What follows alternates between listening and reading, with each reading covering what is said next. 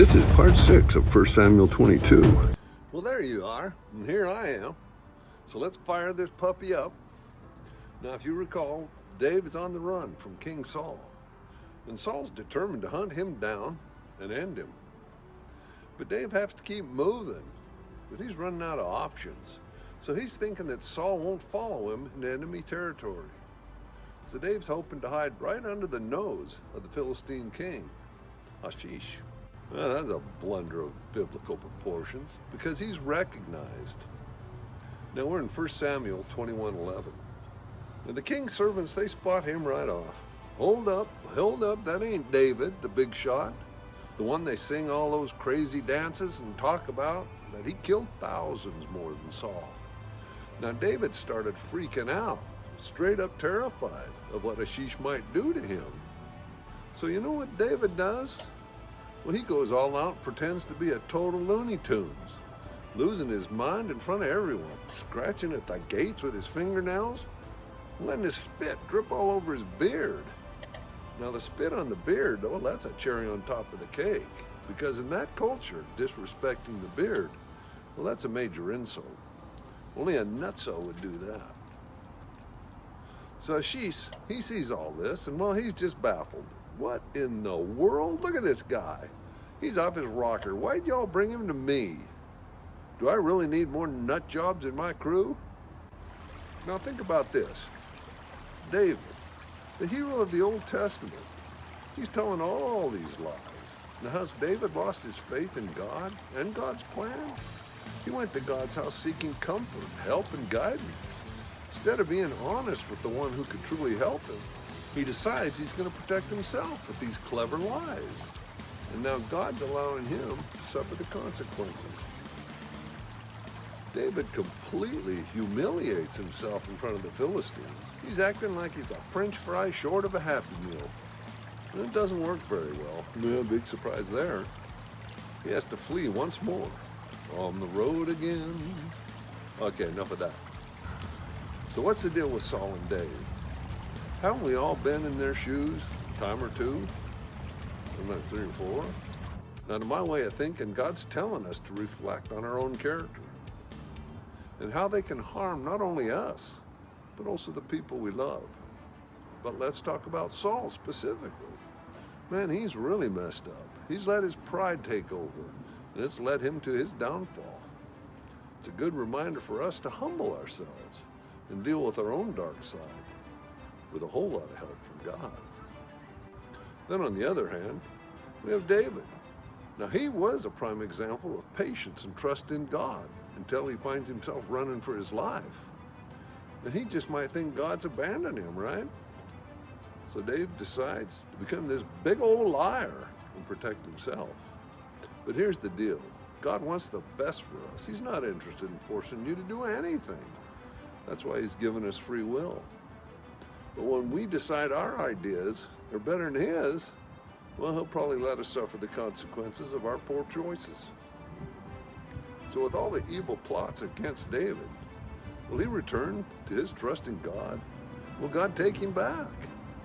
Will he understand that everything that's happened is happening for a reason? Can we trust in God when faced with human evil? Great questions, every one. Okay, right now we're done with chapter 21. So let's keep it moving. Moving.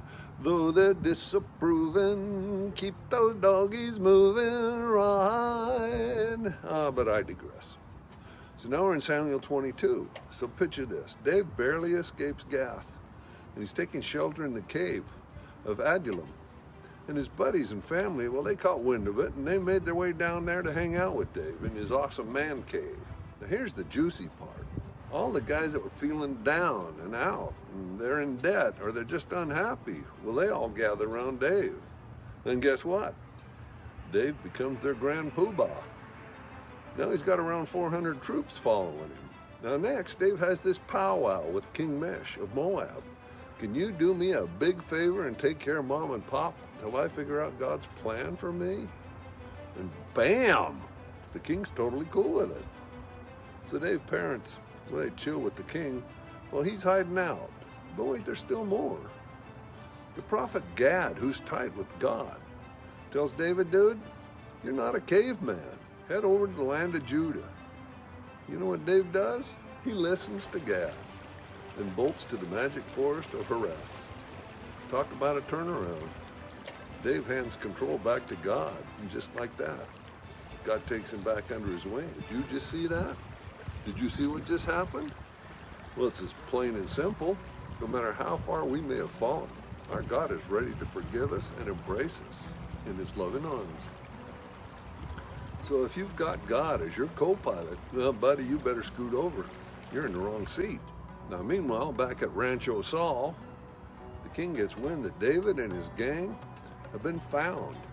Well, he's been sitting on his butt under a tamarack's tree. Saul starts up another one of his crazy rants. Listen up, you guys. You really think Dave's gonna make you wealthy and powerful? No, wait a second. Are you all conspiring against me? Yeah, that's it. That's the ticket. None of you even bothered to tell me that my own son was with David plotting against me. Now things get real nasty. Remember that Doeg guy who spotted Dave at Nob? Well, he sees an opportunity to get some brownie points, all at the expense of somebody else. He rudely interrupts the king. Hey, oh, by the way, your kingliness, I saw Dave visiting Amalek, the priest, in Nob. Then he takes it up a notch and throws Amalek under the bus, saying, well, he gave Dave everything he wanted, including Goliath's sword. Well, that lights a massive fire under Saul. He summons Amalek and all the priests from Nob, and he starts accusing Amalek of conspiring with David against him. But Amalek's not having it. Hold up now, just wait a stinking minute. David's always been loyal to you. As for me, I don't have any idea what you're even talking about. But Saul's not buying it. He straight up tells Amalek and everyone else that they're gonna pay for this. The king orders his guards, kill them all. But his officials, well, they're not so keen on murdering innocent priests appointed by God. However, Doeg has no qualms about it, and he eagerly pipes up again. So Saul orders him to take matters into his own hand and wipe out everybody.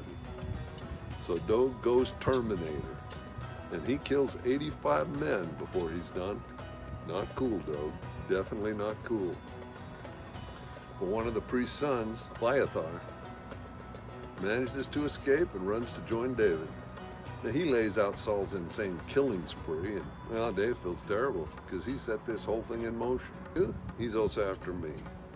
Wowza, drama, battles, escape stories, all packed into these epic chapters. Can't wait to see what goes down next, but you'll have to wait until next Wednesday. That's when we'll get more action and answers in Samuel 23. So stay tuned, folks.